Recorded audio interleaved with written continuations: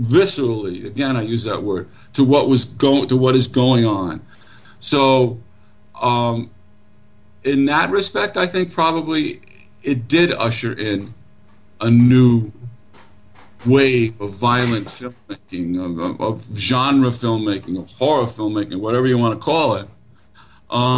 But this is a very real thing, in the sense that those are all of that stuff comes out of our nightmares. It's very much a nightmare movie, David, isn't it? I mean, it's yeah. You know, it's the worst nightmare. It's something that you've carved out a career, I guess, as an actor. You know, if we take a look at subsequent films like Hitch Hike and House on the Edge of the Park, they're nightmare movies that are made in the real world, and I think that, you know, we see something like that Last House on the Left as the beginning of that notion in contemporary horror.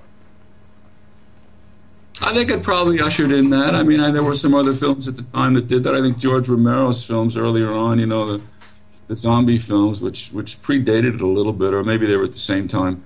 You know, they approached it from you know, perhaps from a slightly different door, but there again, we're dealing with nightmares. We're dealing with that which goes on in our head subconsciously when we sleep, or you know. Just, you know, why not speak to that? Why not, you know, why hide it? We gather that you're not a massive fan of, and fairly so, of the remake a few years back. You know, do you think that you know, the message that Last House on the Left has to give is as relevant today as it was back in the early 70s?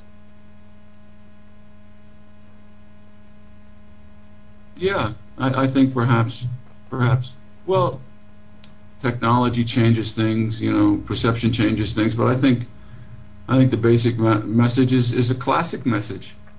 None of us, well, I think I'm going to go back to we're only talking, I think I lost you on the video here. That should be, yeah, okay.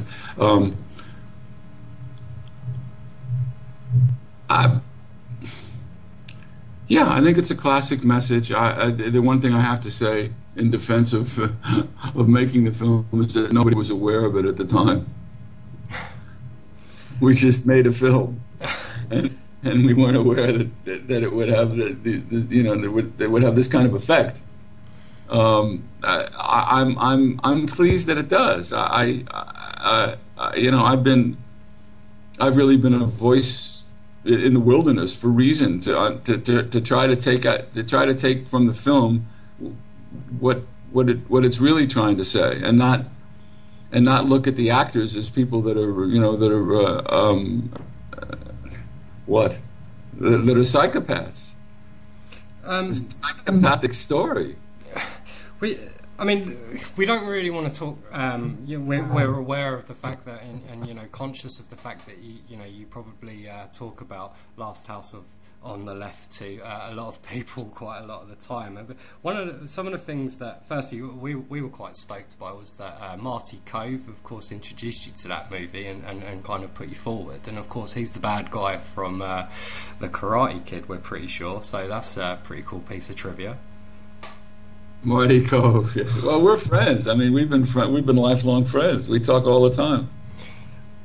David, as I understand it, you then went over to Munich to work with Polygram, and around that time, we see you crop up in The Swiss Conspiracy, Jack Arnold movie, which we have to say is possibly the most disappointing, thrilling, or non-thrilling movies we've ever come across, and disappointing because it has one of the most incredible casts in our minds. We've got Anton Diffring, we've got the legendary John Saxon, of course, we've got yourself, Senta Berger.